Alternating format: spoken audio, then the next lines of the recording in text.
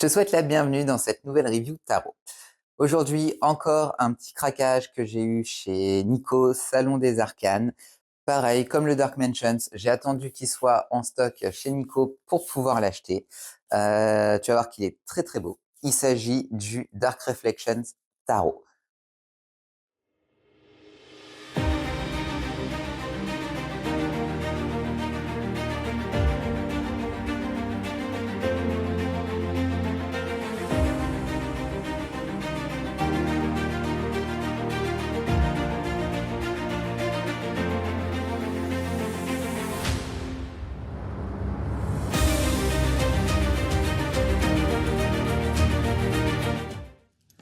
Je te retrouve de ce côté pour te présenter donc du coup l'objet de tous les délits, le Dark Reflections Tarot, donc mon craquage, mon dernier craquage chez Nico Salon des Arcanes. Enfin, dernier craquage au moment où la vidéo sort sur YouTube. Rien de garantit qu'entre le moment où je tourne et le moment où elle sort, il n'y en ait pas eu d'autres. Puisque chez Nico, je te mets forcément de toute façon les liens en description. Tu vas voir que c'est un petit peu la caverne d'Ali Baba et qu'à chaque fois que tu vas sur le site, tu n'as qu'une envie, c'est remplir ton panier. Donc ton deck se présente comme ceci, donc dans une très très belle boîte noire avec des éclats de miroir brisés en vernis sélectif dessus. C'est très très beau. Il est hyper épuré. J'espère que ça se voit bien à la caméra. Donc le Dark Reflections Tarot aux éditions Lamouchi, sorti en 2023. À l'intérieur, tu vas retrouver ton guidebook et ton deck. Donc la boîte, c'est une bonne boîte de très très bonne qualité, tout en noir avec un rabat magnétique et un petit texte en argenté brillant à l'intérieur qui est très très joli. De toute façon, c'est un bel objet, même si c'est pas ton tarot de prédilection de tous les jours, c'est un objet qui est très très joli. Le guidebook, donc petit guidebook avec une impression couleur. Tu vas retrouver à l'intérieur un petit speech sur le shadow work, puisque de toute façon ce jeu s'y prête très très bien. Des exemples de questions, justement très introspectifs, très pour la réflexion, de toute façon c'est son nom. Des modèles de tirage et bien entendu les cartes. Donc les cartes, comme tu le vois, la description est brève mais largement suffisante. Donc tu as la signification de la carte, son numéro, la planète et l'élément lui étant associés. Tu vas retrouver bien sûr la description de la carte à l'endroit, à l'envers et des questions de réflexion pour pouvoir approfondir un petit peu ton tirage. Le jeu n'existe qu'en anglais. C'est court, donc ça va très vite à traduire sur Google Trad si tu n'es pas familiarisé avec l'anglais. Sinon, il y a le livre Secret d'Oracle que je t'avais présenté dans une précédente review, qui est universel pour toutes les interprétations de tous les tarots. Donc, qui fera très très bien l'affaire pour n'importe quel jeu. Parce que souvent, ça peut arriver que tu aies des jeux qui soient sans guidebook, qui soient écrits en anglais. Moi, j'en ai qui sont écrits en italien. J'en ai un qui est écrit en russe, je crois. Donc, le cyrillique, c'est pas trop mon truc. Mais ma foi, le livre Secret d'Oracle fait très très bien le taf. Au niveau des cartes, tu es sur des cartes avec un dos noir, donc qui reprend très très bien le design de la boîte. Donc avec, pareil, ces petites brisures de miroir en vernis sélectif dessus. Au niveau de l'épaisseur des cartes, très très bonne. On n'est pas sur un 350. Je pense qu'on est à minima sur un 200. De toute façon, comme je te disais, c'est un jeu qui est de très bonne qualité. Tes tranches sont noires avec un espèce de reflet pétrole dessus. C'est très joli.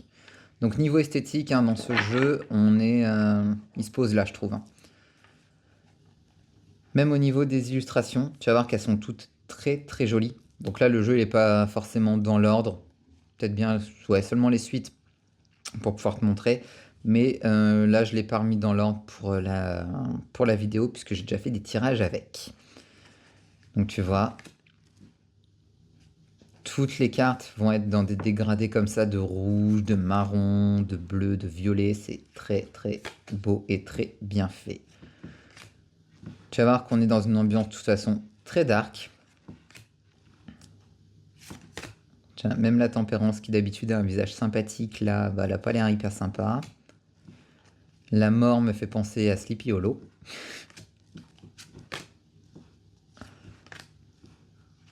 Tu vois, très sympa. L'ermite est magnifique. J'adore. Donc voilà, toutes les majeures hein, dans cet esprit-là. Je te passe pas toutes les cartes pour pas te spoil trop de cartes et trop d'illustrations. Les as de Starro sont incroyables. Là, tu vois, l'as de bâton, il est sublime. Pour chacune des suites, tu as une couleur qui lui est allouée. Donc, un bordeaux rouge pour les bâtons, un bleu nuit pour les coupes, et un jaune pour les épées, et un vert kaki forestier pour les pentacles. Donc, tu vois, comme je te disais, l'as de bâton, très joli.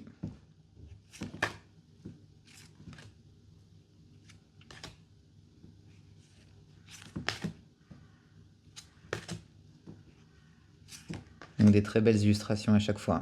C'est très très beau. Tu vois, l'as de coupe. Très joli aussi. J'adore. Donc tu vois, au niveau des illustrations, on est dans le dark. Hein. C'est pas un doudou deck qui va venir te câliner. Lui, il va plus être là pour appuyer là où ça fait mal. Très beau.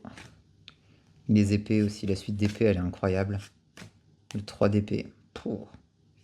Hyper forte cette carte. L'as d'épée, moi je le trouve magique. J'ai pas compté, mais on est sur un tarot qui, je pense, respecte la parité. Hein. On a sensiblement autant d'hommes que de femmes dans ce tarot. Tu vois, voilà, très sympa. Pareil, on n'est pas forcément sur des personnages qui sont jeunes, beaux ou quoi. Il y a de tout. Donc ça en fait un tarot qui est quand même hyper riche au niveau interprétation. Tiens, regarde. L'as de pentacle aussi, très très beau. Bref, moi c'est vraiment un coup de cœur ce jeu. Hein. Quand je l'ai vu, de toute façon, j'ai sauté dessus. J'ai même sauté dessus avant, j'avais envoyé un message à Nico pour dire hey, dès qu'il sort surtout, envoie-moi un message, je le veux. Et oui, et la particularité de ce jeu, c'est qu'on n'est pas sur un tarot de 78 cartes, mais de 80 cartes, puisque tu retrouves 2 cartes supplémentaires, à savoir Light and Shadow, donc traduit par oui ou par non. Je pense que ça a été pensé dans cet esprit-là. Tu retrouveras forcément des puristes qui vont te dire que non, il n'y a pas de oui, il n'y a pas de non dans le tarot, patati patata.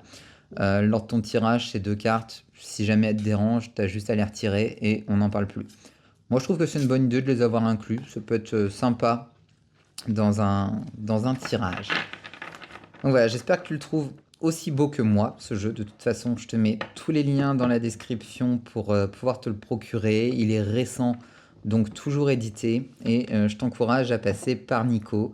Moi, de mémoire, je l'avais commandé peut-être un mardi midi, le jeu. J'ai dû le recevoir le lendemain midi. Donc... il n'y a aucune raison d'aller farfouiller sur Amazon pour le trouver, pour avoir une livraison à 24 heures, puisque bah, chez Nico, je dis pas que toutes les livraisons à chaque fois sont en 24 heures. Moi, à chaque fois que j'ai commandé, c'était pratiquement du 24 heures. Donc, ça vaut largement le coup de commander chez lui. J'espère que cette review sur le Dark Reflections t'a plu. N'hésite pas à partager avec moi en commentaire ce que tu en as pensé et également si jamais tu as ce tarot dans ta collection. Comme d'habitude, tu retrouveras tous les liens pour pouvoir aller faire fumer ta carte bleue chez Nico en description de cette vidéo. Et nous, on se retrouve la semaine prochaine pour une nouvelle review tarot. D'ici là, porte-toi bien.